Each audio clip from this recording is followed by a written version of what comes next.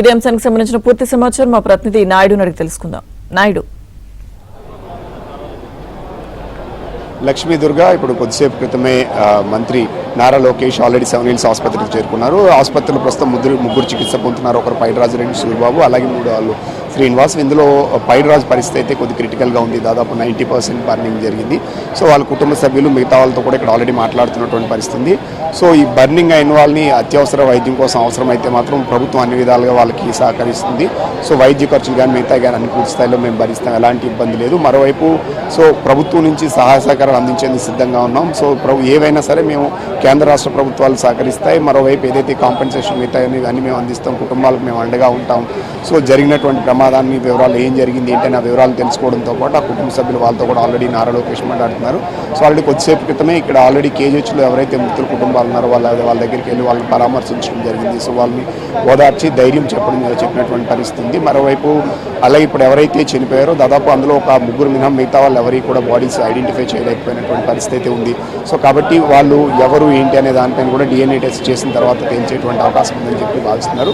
So ఏ విషయాల్లో కూడా ఎలాంటి ఇబ్బందులు కలగకుండా అధికారులు కానీ వీళ్ళు కానీ వారికి సహకరించాలి, అన్ని విధాలు చేయాలని చెప్పి ఇప్పటికే చెప్పినటువంటి నేపథ్యంలో నారా లోకేష్ అక్కడ మాట్లాడారు. ఇప్పుడు ప్రస్తుతం ఇక్కడ ఎవరైతే చికిత్స పొందుతున్నారో వాళ్ళు ముగ్గురిని ఇక్కడ పరామర్శించి కుటుంబ సభ్యులతో మాట్లాడిన తర్వాత ఇక్కడ నుంచి కిమ్స్ ఐకాన్కి వెళ్ళడం జరుగుతుంది. కిమ్స్ ఐకాన్కి వెళ్ళి అక్కడ చికిత్స పొందుతున్నటువంటి ముగ్గురిని కూడా పరామర్శిస్తారు. అక్కడి నుంచి నేరుగా స్టీల్ ప్లాంట్కి వెళ్ళి స్టీల్ ప్లాంట్లో అసలు ప్రమాదం ఎలా జరిగింది, జరగడానికి గల కారణాలు ఏంటి, సో అక్కడ ఉన్నటువంటి అధికారులతో వీళ్ళతో కూడా ఆ ఘటనా స్థలాన్ని పరిశీలించి వివరాలు కూడా తెలుసుకునేటువంటి అవకాశం ఉంది.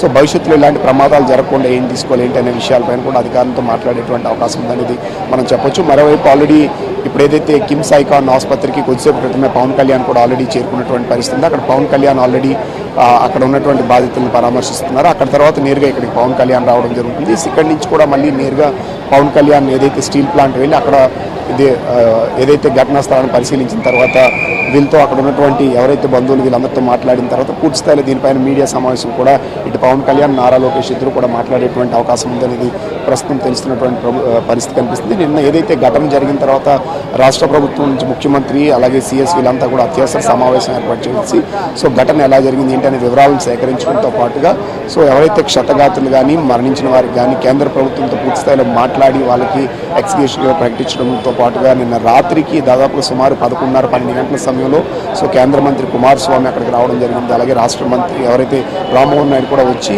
సో అక్కడ ఘటనా స్థలాన్ని సందర్శించడంతో పాటుగా ఎవరైతే మృతి చెందారో ఆ కుటుంబాలకు ఎక్స్గ్రేషియో ప్రకటించడంతో పాటుగా ప్రభుత్వం అన్ని విధాలుగా అండగా ఉంటుందని చెప్పడం, వాళ్ళకి విద్యా వైద్యంతో పాటుగా సో ఒక ఇంటిని పూర్తి స్థాయిలో అక్కడ క్వార్టర్ని కేటాయిస్తామని చెప్పడం, పర్మనెంట్ ఉద్యోగం. సో ఇవన్నీ కూడా గత రాత్రి ఆల్రెడీ 12 గంటల సమయంలోనే పూర్తిగా కేంద్ర మంత్రులు స్వయంగా ప్రకటించినటువంటి పరిస్థితి అయితే మనకు కనిపిస్తుంది. అలాగే మళ్ళీ 1 గంట ఈ సమయంలో పూర్తి స్థాయిలో సహాయ మంత్రిగా ఉన్నటువంటి భూపతిరాజు కూడా అక్కడికి రావడం జరిగింది. ప్రమాదం ఎలా జరిగింది ఏంటి, భవిష్యత్తులో స్టీల్ ప్లాంట్కి ఏం చేయబోతున్నాం, ఉన్నటువంటి ఇబ్బందులు అపోహలపైన ఏం చేయబోతున్నాం, వీటన్నిటిపైన కూడా పూర్తి స్థాయిలో వివరించినటువంటి పరిస్థితి. రాత్రి అక్కడ ఎంపీతో పాటు అలాగే ఇప్పుడు ఎవరైతే హోంమంత్రి వీళ్ళంతా కూడా రాత్రి అంతా కూడా స్టీల్ ప్లాంట్లోనే ఉన్నటువంటి పరిస్థితి. అయితే చాలా సమయం పాటు ఎవరైతే బాధితులు ఉన్నారో మృతి చెందారో ఆ కుటుంబాలు సో ఎక్స్గ్రేషియో ప్రకటించే వరకు మృతదేహాలను తరలించమని చెప్పి అక్కడ ఉంచినటువంటి నేపథ్యంలో స్వయంగా రాష్ట్ర ముఖ్యమంత్రి కేంద్ర ప్రభుత్వంతో అలాగే మంత్రులతో మాట్లాడి ఎక్స్గ్రేషియో రాత్రికి ప్రకటించి సో వాళ్ళకి ఖచ్చితంగా నేను ఏదైతే హామీ ఇచ్చామంటే ఖచ్చితంగా ఆ కుటుంబాలను ఆదుకుంటాం, వాళ్ళకి తగిన న్యాయం చేస్తాం, అలాగే వాళ్ళకి ఎవరైతే పర్మనెంట్ ఉద్యోగులు ఉన్నారో వాళ్ళతో సమానంగా కూడా కాంట్రాక్ట్ లేబర్కి ఇస్తామని చెప్పి సో అక్కడ పల్లా శ్రీని వీళ్ళందరూ ప్రకటించినటువంటి నేపథ్యంలో ఇటు రాష్ట్ర ప్రభుత్వం మాట్లాడి వాటిని రాత్రే అనౌన్స్ చేసినటువంటి పరిస్థితి అయితే ఉంది అనేది మనం స్పష్టంగా చెప్పవచ్చు. ఖచ్చితంగా స్టీల్ ప్లాంట్లో ఇప్పుడు తరచూ జరుగుతున్నటువంటి ప్రమాదాలకు గల కారణాలు వీటన్నిటిపైన కూడా ఆల్రెడీ ఇప్పుడు ఎక్స్ అఫీషియో ఒక కమిటీని వేయడం జరిగింది. ఆ కమిటీ ఆల్రెడీ ఈరోజు వచ్చి ఆ ఘటనా స్థలాన్ని దీన్ని పరిశీలించి దీనికి గల కారణాలు వీటన్నిటిపైన కూడా ఒక నివేదికని రూపొందించేటువంటి అవకాశం ఉంది. భవిష్యత్తులో ఎలాంటి ప్రమాదాలు జరగకుండా ఏం తీసుకోవాలి వీటిపైన కూడా సమీక్షిస్తామని చెప్పినటువంటి పరిస్థితి అయితే ఉంది. అయితే తరచూ ప్రమాదాలకు గల కారణాలు ఏంటనే పైన కూడా వీటిపైన కూడా పూర్తి స్థాయిలో అధ్యయనం చేస్తామని చెప్పి మంత్రి స్వయంగా చెప్పినటువంటి పరిస్థితి ఉంది. అయితే ఈ ప్లాంట్ని ఖచ్చితంగా అపోహలన్నీ తీసేసి దీన్ని రివైవ్ చేస్తాం, మరింతగా అభివృద్ధి చేసేందుకు కేంద్ర ప్రభుత్వం నుంచి అన్ని విధాలు సహకరిస్తామని అటు కుమారస్వామి అలాగే ఇటువైపు మనం చూసుకుంటే భూపతిరాజు ఇద్దరు కూడా స్వయంగా ప్రకటించినటువంటి పరిస్థితి కూడా మనం చూడొచ్చు. అయితే ఇప్పుడు ఇబ్బందులు తరచూ ప్రమాదాలు ఇవి ఎందుకు జరుగుతున్నాయి అనే దానిపైన కూడా దృష్టి పెట్టాల్సినటువంటి అవసరం ఉంది. సో అలాగే స్కిల్డ్ లేబర్ కూడా లేరు అనేటువంటి కొన్ని అపోహలు ఏవైతే వచ్చాయో వాటిపైన కూడా కొంత మంత్రులు రాత్రి క్లారిటీ ఇచ్చేటువంటి ప్రయత్నం అయితే కొంతవరకు చేశారు.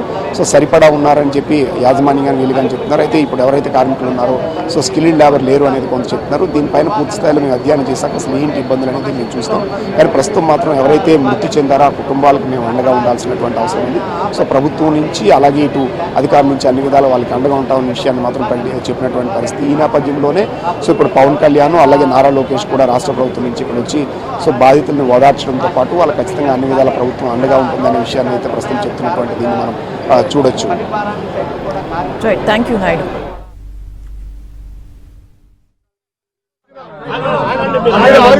వచ్చారు అండగా నిలబెడదాం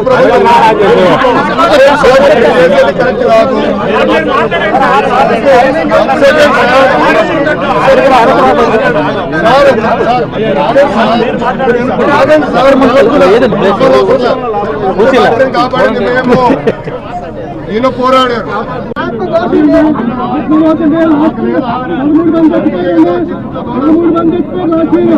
గౌరవం వచ్చింది